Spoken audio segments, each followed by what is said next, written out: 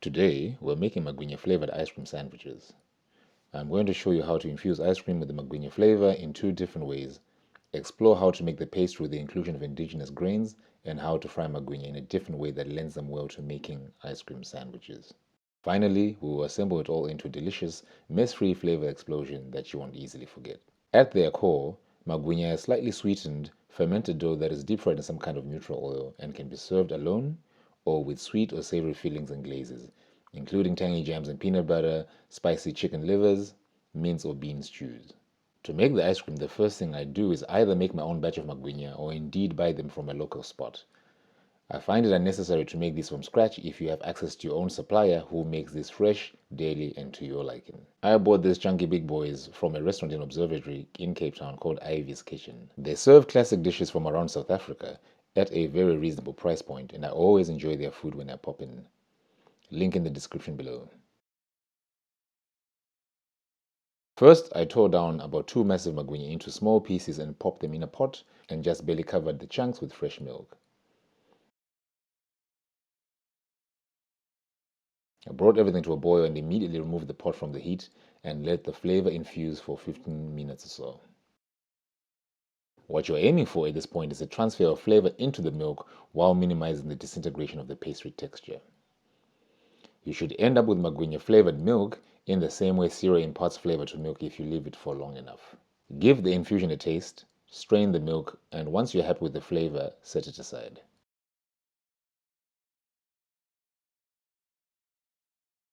Next, make a simple ice cream base with a fresh batch of milk.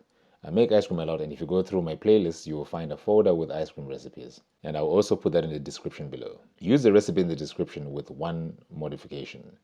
The last thing we add to the base will be the Magwinya flavored milk instead of a fresh portion of fresh milk. Once the ice cream is cool, we can move to churning. As per usual, I'm using dry ice here to freeze the liquid with constant mixing and stirring.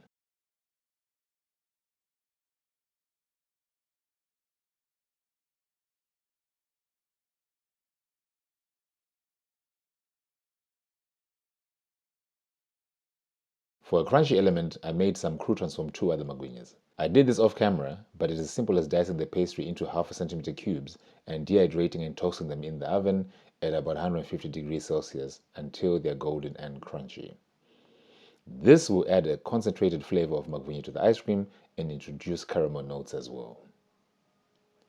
Once the ice cream is set but not frozen solid, we can sprinkle in the croutons and fold them in nicely.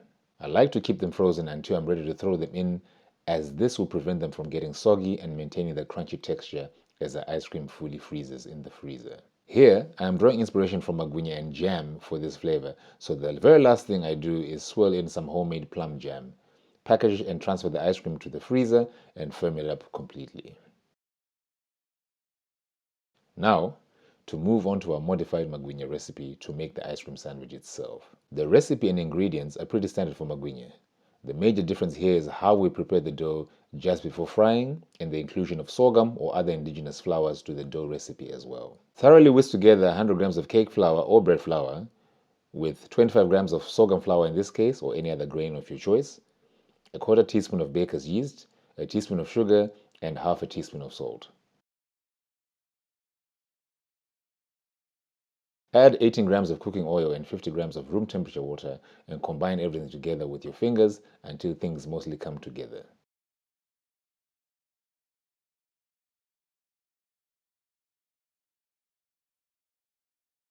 Dump everything onto a floured or non-stick countertop and knead the dough with your hands until it becomes smooth and soft.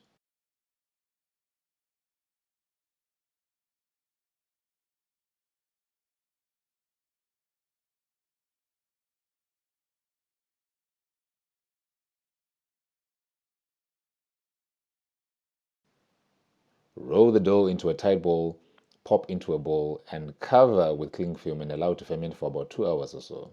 We want it to double in size at least, and if your room temperature is lower than 22 degrees Celsius or so, you can ferment the dough in an oven. Switch on the oven at maximum heat for about a minute, and then immediately switch it off, and the temperature should be warm enough to help the yeast ferment along. Baker's yeast ferments best between 30 to 32 degrees, so do not go too hot, otherwise this will be counterproductive and may actually kill the yeast itself. Next, Roll the dough out into a flat rectangle with a 3 mm height or so. This is a critical step to make sure our magwinya come out hollow and can be stuffed with our ice cream. Divide and slice the dough into 7 by 7 cm grids and get ready for frying. You can see here I also prepared a plain wheat dough. Exact same treatment, just a different flavor and nutritional composition compared to the sorghum batch.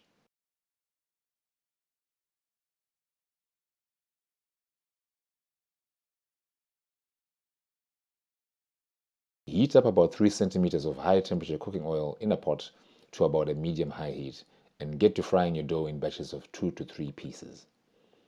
Each fry-up should be about 30 to 45 seconds long, and the dough should puff up into hollow little pillows as it fries along.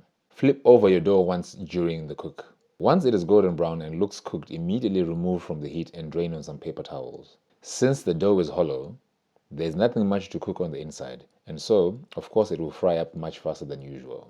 The sorghum batch will obviously come out a deeper brown color, while the wheat ones are more golden brown than they are chocolatey. Once everything is cooked and cool to the touch, snip the tips of the pillows, and if everything has gone well, they should be hollow and cooked through on the inside. Ready for stuffing with our creamy and crunchy ice cream. Scoop or shave off a few teaspoons of our slightly thawed ice cream and stuff them deep into the hollow gwinya until they are full to the very top.